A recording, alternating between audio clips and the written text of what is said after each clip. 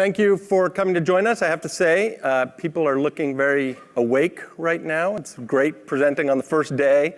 I know I presented at 8 o'clock following the concert, and the crowd has had a different vibe to it for sure. So my name is James Ferguson. I'm a product manager in the AppCloud on our platform team. And I have with me Eli Levine, and we're here to talk about bringing big data to the Force.com platform, specifically through some products we're releasing around BigObjects and Async SOQL, but just more generally, how can we enable you as Force.com developers, Force.com customers, take advantage of big data and the trends that are happening? You probably have only seen this a couple of times, so I'll continue to show it. We will be talking about GA product and pilot products and future products. So be aware of that as you make purchasing decisions. When we look at the use cases we're targeting, there's thousands of use cases for big data. Pretty much you go to any news source and you can see all sorts of different things you can do. We're really focused on these three areas. The first is capturing information that our system generates and surfacing it to you in a way that's usable. So audit tracking, event monitoring, login events, these things that are your users, your customers are generating within the application, and we want to surface it back. The second is where you want to bring the data yourself. You have a set of data. You are capturing data, whether it's from devices, whether it's from point of sale, whether it's from loyalty programs, whether it's from connected devices. All of that information you want to bring in and bring it into your unified Force.com data model. Have it combined with your, whether it's custom objects or your accounts or your standard objects. Bring that in together and leverage the power of big data to augment information you already have within your Force.com applications. And then finally, there's use cases around data retention. You have a long history of information that you want to keep for future analysis, perhaps, but you don't want it to be in the way of your standard operational day-to-day activities. And you need a place where you can put it at scale, and where you can do something with it. And that's that third use case that we talk about when we're looking at big data. The very first, big objects are GA today. We have big objects in production today. The first one we released, the very first big object existing in this world, I suppose we can say, is Field HistoryArchive. It's part of a product we announced last Dreamforce, Shield. It's part of Shield, Field Audit Trail, where we can take all of the field history tracking that is captured individually in account history, contact history, custom object __ history, for those of you familiar with the data model. And we can pull all of those into a single combined archive. And that lets us do a couple of things. First, we can access data across all the different objects. We can do a lot better analytics across that data. You don't have to join all those entities together. And we can provide a much more scalable long-term solution. Long-term storage options. So those are the things of Field Audit Trail. I'm not going to talk too much about Field Audit Trail. I can put a plug in for a session on Thursday where I am talking about Field Audit Trail. But this is mostly about what is it about this Field History Archive that makes it special. Well, and one of the things is we're putting billions of records into these objects as we speak. One customer was enabled with Field Audit Trail in August, I believe.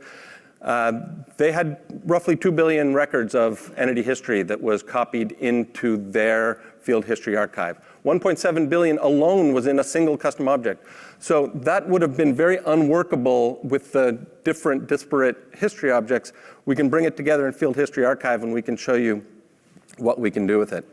And so here we'll go into our first demo of this. And I should have with me, our wonderful Lightning user interface. I've created a custom application with a few custom objects here. So I'll named Lightning and BigObjects, go figure. And we can see I've got a custom object named machine, and this captures a status, captures a metric, captures a value. And you can see because the history objects, the basic history objects are captured and API exposed, I've created a Lightning component to display that history on the machine page.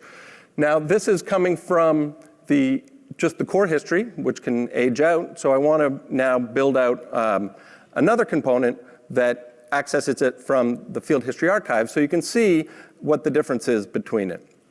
Now, I'm not going to go, I'm a fast typer, but I'm not going to go through the whole piece. If you haven't built Lightning components, I urge you to visit go to the Trailhead and get to it. It's a whole lot of fun. It's very easy to do. But here we'll have a machine history archive component that ultimately calls into an Apex controller. And you can see from this Apex that it looks like force.com. The fact is there's a whole different technology and infrastructure underneath it. Eli's going to talk about that. But what we're surfacing to you, and one of the key values that we're providing, is we're taking all of this complexity and surfacing it as the force.com things you know and love. It looks like an object within. So you can have in Apex, you can have a list of field history archive objects. It looks like a select. It looks like SOQL. It looks like SOQL because it is SOQL. We're selecting a set of fields. We're filtering it. Now, remember I said all of the history objects are being populated into one archive, so I'm filtering by machine, so I'm just getting the machine. And I've passed in the specific record we're looking at because I only want to see the history records for that specific record. And then, just like a normal Apex controller, I return that list. And for those of you who know and love Lightning components, it bubbles up through the callback, sets an attribute within the component. The component then does a nice little iteration and displays it. So let's go back and let's drop this component in. Oh, I didn't mean to do that, of course. Let me go back and hit the right button this time. And into our page layout editor, I'm showing my age here, our app builder. And I take my component, I can drag it out. You can see it's even populated. It's populating from that big object, even in the demo mode, even in the preview mode. I can do it, go back. And now here, just like I have data coming out of the standard relational history object, I have data coming out of the archive object. The same data, you'll see the field, there's slight differences because the field now needs to reference what entity it was a part of, what object it was a part of. And you may also notice that the dates, even though we have history up to the 4th, we're only archiving on a schedule. And so we've got archive data from a couple of days ago that is here. Typically, it gets moved into archive after 18 months. I'll be honest and say I wasn't thinking about this demo 18 months ago, so I didn't have it already populated. So I've managed to kick off a manual job in order to get the data in the archive in general. However, we now have what we're showing within Lightning is now querying this big object. This is an object that may hold billions of records in it for any given customer. And so the question comes, how do you, how is it we can do that? And so as I was thinking, I thought of my first experience with big data. How many people know what this is? I think I've got a few more years that I can use this kind of analogy here. It's a phone book, right? It is super easy. If you know the name and the address of the person you want to talk to, it is super easy to narrow it down, and there might be hundreds of thousands. There might be 1 million entries in it. And so it's great for that purpose, right? But if you want to see everybody who lives on Howard Street, or everybody whose phone number ends with 7426, this is not a particularly efficient way. You would have to go through page by page and count and collect and do those things. And so that's the same thing we do when we're looking at SOQL queries, standard synchronous SOQL queries, when you want to issue a query and you want it to come back fast so it can present on the screen. What we need to do is have exactly that sort of thing, just the way the phone book has last name, first name, address, and so on down the line. With Field History Archive, we've chosen a set of fields, and this is how you query it if you want to query it synchronously. You need to first narrow it down to a specific object. Then you need to narrow it down to a specific record, then to a specific time frame. And that's the way that we can do this. Now, it may seem lucky that it just so happens that this was defined in a way that made that first part of the demo work. But the reality is, when we're dealing with big objects, you're now having to think about, okay, how do I want to access this data when it is at scale? And you design the object to match that synchronous query pattern. Now, that is a highly restricted view of, or highly restricted way of querying the data. And so what we need is something to sort of break beyond these constraints. And so with that, I'm going to hand it off to Eli to talk about how we've solved that problem. All right, thank you. Thank you, James. You hear me? OK, great. So the Force.com platform provides a lot of very powerful functionality where users can issue all types of queries and expect results in a matter of seconds, right? And that works spectacularly well when you have sort of relational scale of data. We're talking about thousands of records, maybe millions, but it certainly starts to break down at billions of records and more, right? And but the only reason to store lots of data on the platform is to gain interesting insights, to be able to run aggregates on it, hourly user segmentation, things like that. And so how do you do it? Right? We must enable this functionality for users. It's not enough to say we're just only going to limit the types of queries that are allowed. And so to enable this functionality, what must happen is that we must prefer asynchronous processing over this data. Right? And so what I'll talk about next is something that's called Async SOQL, and it's sort of exactly what it sounds like. Maybe we need a better name for it. I think Einstein is taken. So Async SOQL, right? It's a new functionality that we exposed on Force.com platform natively to enable our customers to work with sort of this new scale of data that's now in BigObjects, right? It's a new API. At this point, it's a REST API. We're working on exposing it in Apex natively as well. It's a fairly simple API. Let me go into an example of it.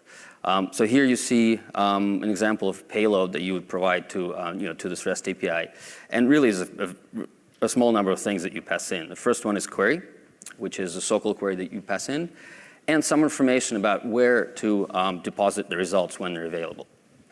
So you'll see a target object name there, and some information about how to map fields from fields used in the query to the fields in that object. Right now, we support an sObject as a target, of Async SOQL. We're also working with the analytics team to enable reporting and wave directly out of Async SOQL. And so now I'll switch back to James to run a demo of Async SOQL. All right, thank you, Eli. So Async SOQL. So again, we're going to go against that same field history archive that we ran the synchronous query on it. And we'll go into, since we're dealing with an API, we'll go into Workbench. Now, I could try to show off and go to the REST Explorer and show the async, if I could type, it would be really showing off. I could go in, post to the REST endpoint. But we recently added with the what release were we dealing with now? Winter release. We added Async SOQL into the Workbench. So now we can go into the Workbench and define our Async SOQL. We'll choose Field History Archive. You can see there's a set of fields. It looks and behaves just like the standard SOQL with this. Now, again, in the interest of my fat fingers, I will cut and paste. And so you can see, again, this looks like a regular aggregating SOQL query, right? So we're counting by day and by user how many times they've updated records within all of the field history archive. This is going to be across all entities and across the entire time frame of the system. And I've also said, okay, well, I know there's a system admin user who's often doing things, and we trust them, so we're just going to filter out the system admin. Now, if any of you have looked at writing queries or writing reports against tens of millions, 100 million records that may be in custom objects, you'll know that not equal to is sort of a verboten operator, because that almost guarantees that your query will time out. And those are the sort of things that become enabled with async. Once we remove the synchronous constraint, once we leverage this distributed, horizontally scalable capabilities underneath, we can take advantage of the fact that these queries will just run and they will complete when they complete. And we can have things like not equal. We don't have to be so paranoid about indexed fields. And then I'm grouping by created name and created date. And so you can see I go, now the system, the workbench has recognized that, okay, we've got a series of outputs. I happen to have a handy target object that I'm going to put it into. The C is my count, alias of my account. The D is my date. And then I'll just put this username into text column. There's a few other things we can do with Async SOQL. You might want to know what query job created that piece of data in the first place. And so we got some special pieces around, we can tag each of the records, each of the resulting records with the query it came from. And then we can submit it. We have it, it goes through a process. We can look at the status here. This is all API exposed, so we can do things like build Lightning components that are on top of this. You can see there's one running. This is the one that's running here. I went a little crazy with my Lightning components as I prepared for this. But this is all accessible via the API, so you can get the status via the API. Now, it will take several minutes to run. And so it's not something we're going to sit here and twiddle our thumbs to do it. I'll use the cooking metaphor and go to my other oven and pull the casserole out of my other oven, where I can see I've now taken the results of a very similar run. I think it was one of these from yesterday. And I can see all of the history tracked by user. And so now I can see that in this org, across all of the entities, I've got some 470,000 that are by this integration admin, which makes sense because this integration user is the system for all these updates that are coming in. And then there's this other individual shady operator who's made 12 updates. Might be something we need to look into. This is now something where we're able to cross the entire data set, whether it's 100,000 records, 100 million records, 1 billion records, and execute this and capture these kind of stats, put it in a place like a custom object where it can then be used by reporting. It can then be used by analytics. It can then be used by Apex. It can then be used by anything else within the Force.com world. And so we're able to take that large, reasonably unwieldy data set and turn it into something useful with Async SOQL. And let me go back. So, and I'll pass, the question then arises, what is it that makes this query work, whereas it wouldn't work in the standard Force.com world? All right, thank you, James. Great, so as James demoed, this is all very familiar Force.com technology, right? This is all natively integrated. We're not talking about some sort of a big data silo on the side where you need to worry about how to join it back to your operational data and hit integration points all over again. On one hand, it's all sort of native Force.com. On the other hand, this BigObjects and Async SOQL is built in a brand new stack of technology for Salesforce. It's all built on sort of well-known in the industry technologies for dealing with storage and computation over large data sets. It's things like HBase, Hadoop, Spark, Apache Pig. We're starting to look at some of the newer ones like Flink.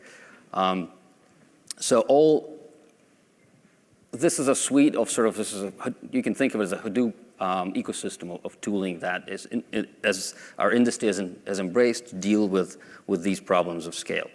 Right, and so now let's look at Async SOQL, kind of how it works under the covers a little bit. So Async SOQL, it's good to think about that as a compute engine for Force.com, right? And it knows how to access data in the objects involved in the query. So in this case, the query involves Field HistoryArchive and user. It knows how to get to that data. It knows how to minimize data transfer. When it needs to transfer data, it also aggressively moves computation to the data directly, as in the example of BigObjects. Right? Then it processes the query with sort of any filters, aggregates as requested by the user. That produces a final result set, then is then deposited into an sObject of a user's choosing. So that's it, sort of in a nutshell. That's the flow of, very common flow of these queries.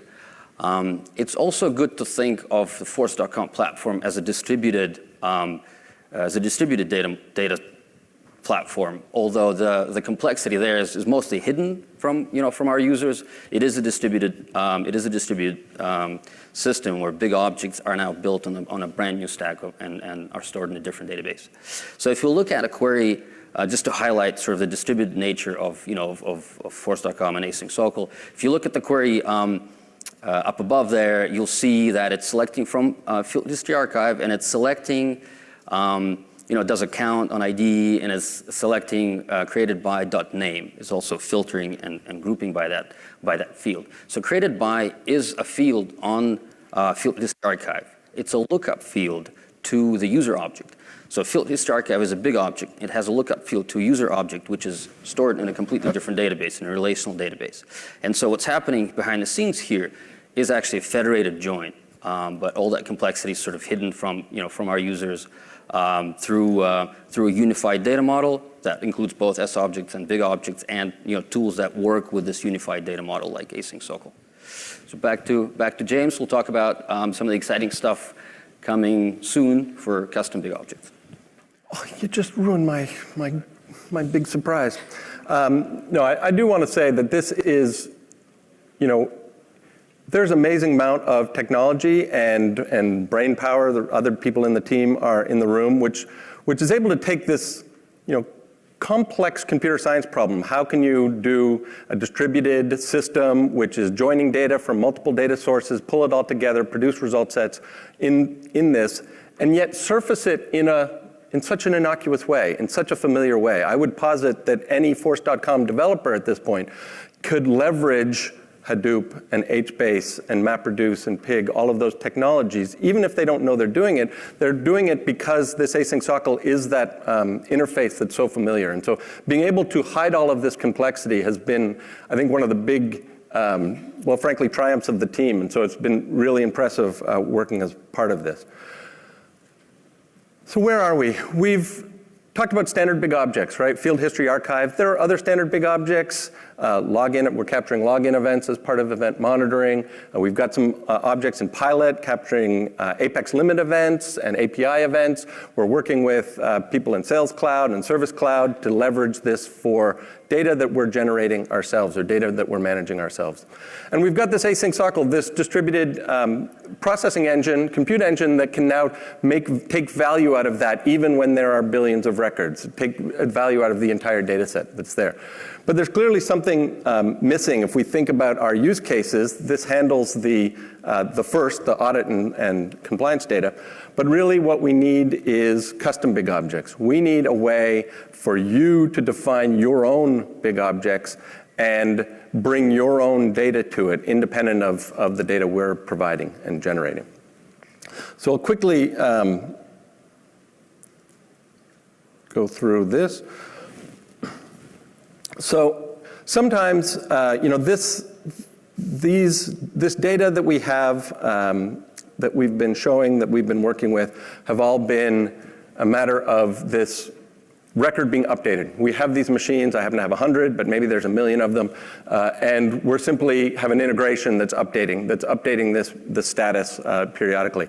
But that doesn't always make sense. You can't always track everything via an audit history, a field change history. Maybe you've got data coming in from external systems that's coming in batch, and you want to load 100 million records a day into a big object. But you still want it is still status for this machine, or it is still information, loyalty information for this customer. And you still want to relate it back to your customer. And so in that case, we won't use Field HistoryArchive. We'll use a custom object. Now, in this case, this is pilot. So custom big objects are pilot. And so as one of the reasons it's pilot is we don't have a setup UI. You can't just point and click your way through it. You do use metadata API to develop it, to create it, to deploy it. But it's pretty straightforward. Here we've got a status __B, right? So everybody's familiar with __C. Some maybe with __X, our external objects, __B. I'm getting good at saying __. Is __B is for big objects.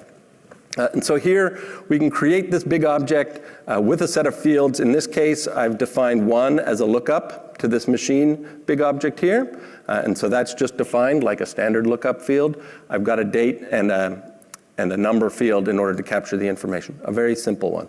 I will highlight, for those who are interested in using the pilot, another important component when deploying things through the metadata API is create a permission set to add FLS, add field level security and object security, because by default, it doesn't come with any. And I know every time I tried to do one at first, I would be confused why my queries wouldn't work, and it's because I didn't have permissions on them. So you can deploy a permission set at the same time. Now this would be a standard deployment. Again, in the interest of time, we can just look at the setup. We've got big objects. Here's the status object that I deployed before.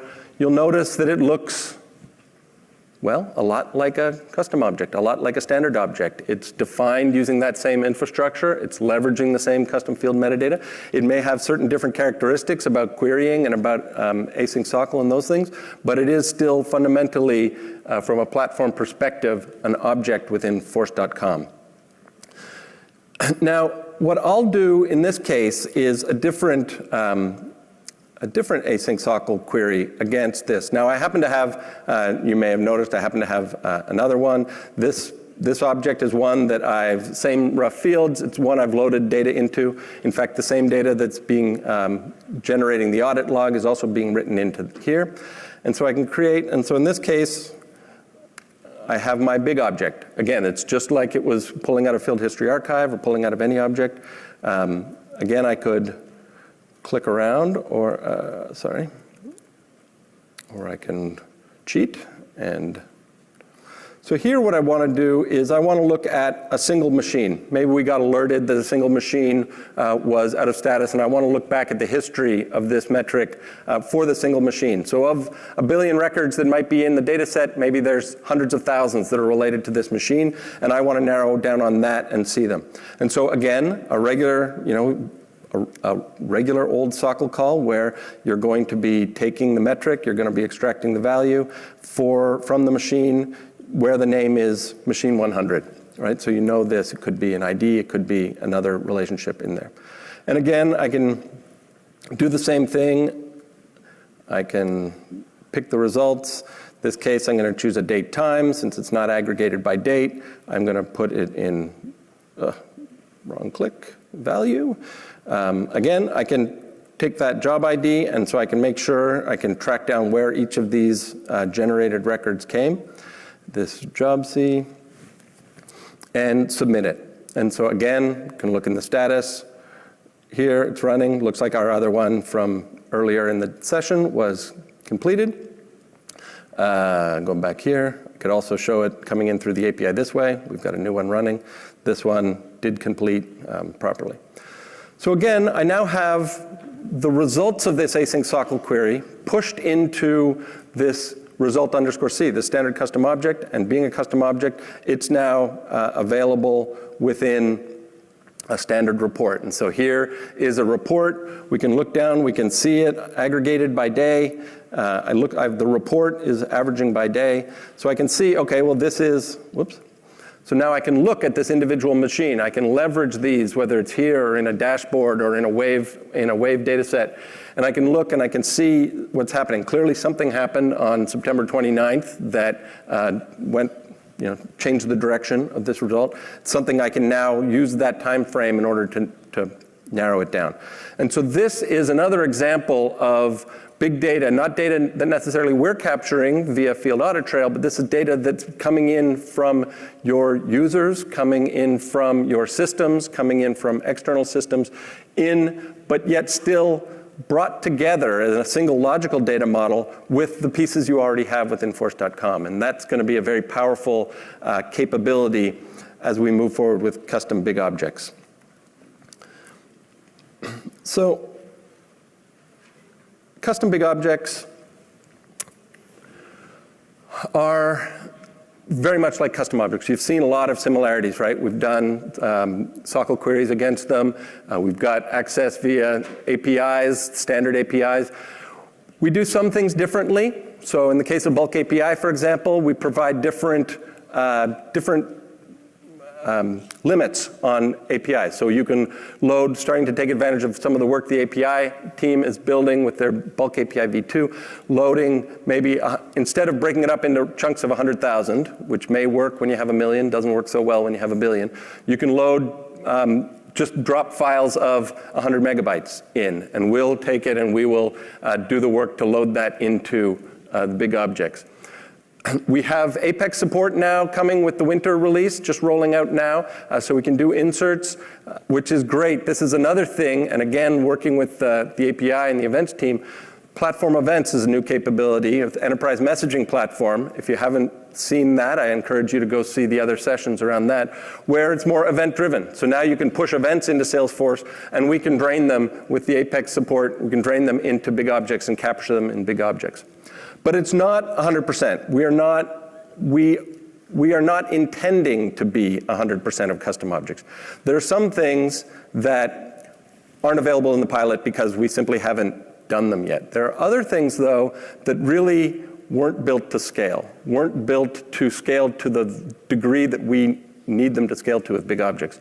So if you look at direct triggers, if you think about loading 1 billion, trying to load 1 billion records in a day, it's not something you're going to want arbitrary logic, arbitrary workflow triggering. And so those aren't something that are currently supported in custom big objects, and it's unlikely to be supported.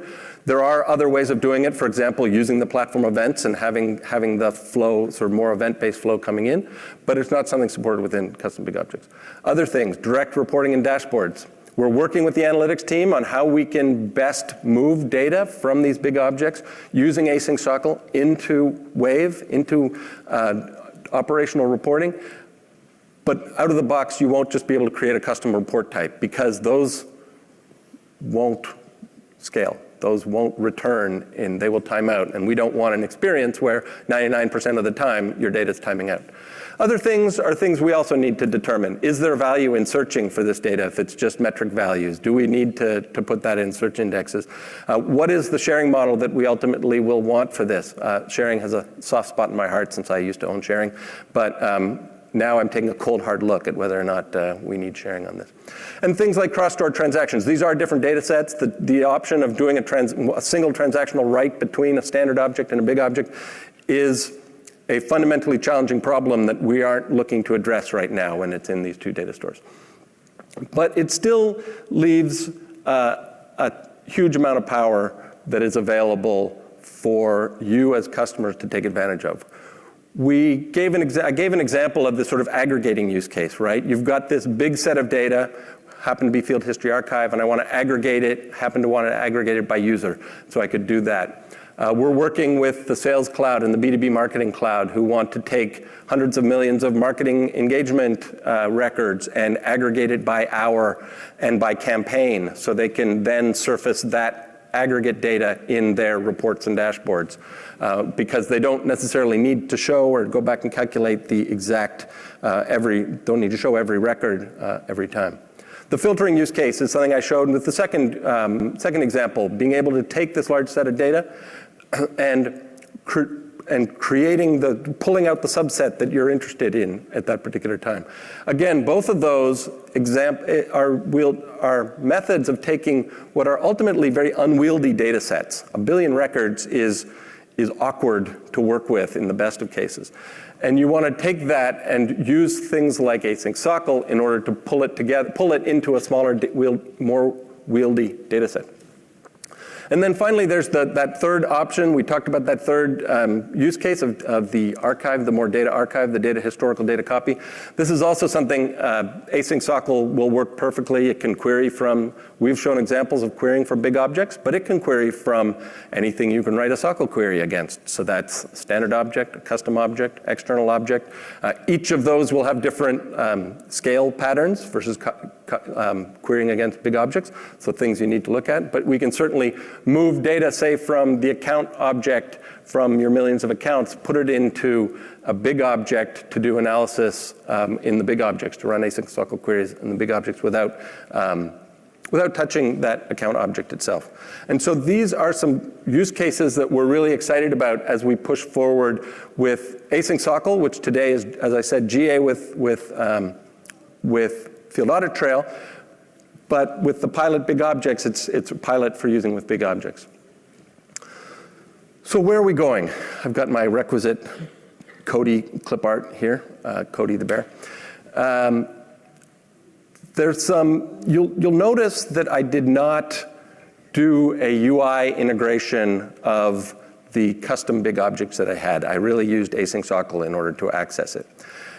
And that's because we talked about that phone book, and in order to do synchronous queries, you really need to access by the order of that, those filters that are defined. The challenge with custom BigObjects today is that that phone book is the system-generated ID. So you can imagine if your phone book was organized by a system-generated ID, it's not particularly useful for those synchronous queries. What we're doing in Spring, well, what we're working on right now, or not right now, because I see the engineers in the back of the room, and they don't look like they're working on it right now, but in the larger picture, what we're working on right now is expanding that, allowing you as Force.com developers, when you're defining your big object, also define what do I want those valid filters to be and in what order. And so now you can have a case where, just like we did with Field HistoryArchive, you can say, okay, I want to be able to query by object type, record ID, and then date in that case. You can choose how you want to query it, and therefore those will become accessible in a UI, in Apex, in whatever you're looking to do, and those will all be guaranteed to return extremely fast. We still have, and so that's a huge advance that we're making in the Spring release. One important for those of you who are pilot customers, it is somewhat of a discontinuous advance for those who have been using the current ID-enabled, ID-based big objects, and that the new functionality as we go forward we won't be working with those ID-enabled big objects, and so we'll have to talk to you about how we can sort of move you into these new big objects, new filtering big objects. Now we still push forward on Async SOQL. Async SOQL becomes, so now we will enable more synchronous SOQL against those big objects, but we still push forward on enabling more capabilities within Async SOQL, within that distributed federated query engine. And so we added, in winter, it will be it's in sandboxes now, and it will be, R1 is maybe this weekend, I think. We've added things like day only and hour and day, so you can now start to aggregate by hour and day. We're adding more date functions. We're adding min-max in addition to sum and average. And a very interesting thing we're doing is adding upsert support. Today, the results of Async SOQL queries are always inserted into new records. What we now will support is the idea to upsert it. So you can then, if you get new data dumped into your big object, you can now rerun an Async SOQL, push it in and push it with its relationships to the rest of the logical data model, and it will simply update the existing summaries that may be there instead of always overwriting and always having to keep track of which are the latest. So that's going to be a great feature in there. Finally, I know you might be asking yourself, how can I join the fun here? Well, as the product manager for Field Audit Trail, I can tell you, you can always purchase Field Audit Trail, and you can get access to the Field Audit Trail big object. You can get access to Async SOQL. If you are already Field Audit Trail customers, you will need to have Async SOQL enabled for you, so you can contact support in order to get that enabled. We'll enable that for you without requiring the pilot agreement, those things. But if you're not a Field Audit Trail customer right now, you can still join the fun by joining the pilot, working with your account team to get nominated for the Async SOQL pilot. We're very excited to get people on board and using it, and so we are open to those nominations. And then also, you can look at the Custom Objects Big Pilot. In general, we sort of enable them both at the same time, but we'll have this custom big objects that you can define yourself and bring your own data to it. There will be this shift in Spring, and so I'd love to, if you're interested, I'd love to talk to you about where we're going and what we're doing with the Spring release as we move forward into this more flexible synchronous query model. So it looks like I've got a minute or so left. We I'll take a couple of questions now if there are any. We also have a number of members of the team that will be milling about, and so either here or until we're kicked out of here, outside, we'll also take questions. But why don't we take a few questions? One question is how many concurrent async SOQLs can be executed? So the question was how many concurrent async SOQL queries can we execute? So this is something that we have set for Field Audit Trail. We've got 3 concurrent async SOQL queries, or is it 2? I'll have to look, 2 or 3 for that. It's something that we are looking at as we gain sort of the more operational experience with this. So we've got a limit from a service protection standpoint on the number of concurrent async SOQL queries that can be run and the total number in a given day.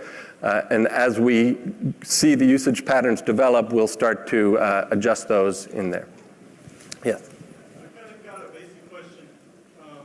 Does a big object store all the component data, or is it just a place to put your aggregates? Like, do the little objects exist somewhere within that data structure?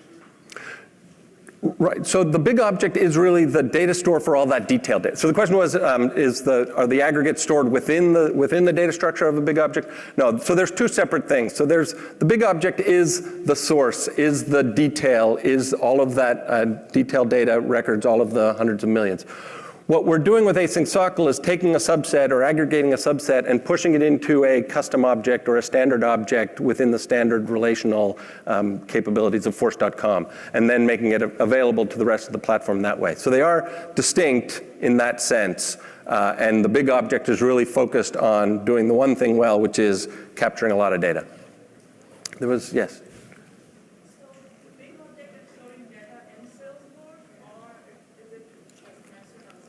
It is in Salesforce. It is within our data centers. It isn't within the same database. It's not stored in Oracle. It's stored in HBase. So it is different, but it is covered by the same MSA. It's stored in the same data center. It's co-located within your instance, wherever your org happens to be.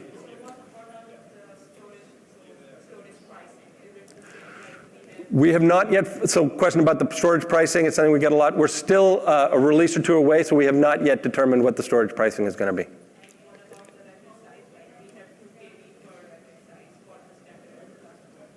be. We don't know what it's going to be. It's not going to be,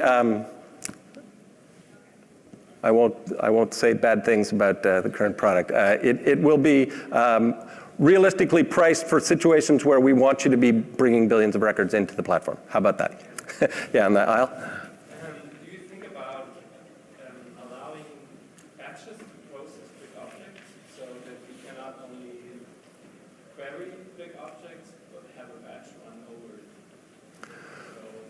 over it? So the question, are you specifically talking about batch Apex? Yeah, batch Apex. So I think what we'll be looking to do is not necessarily take the arbitrary query that you could do within batch Apex and run across that. That is something that will work.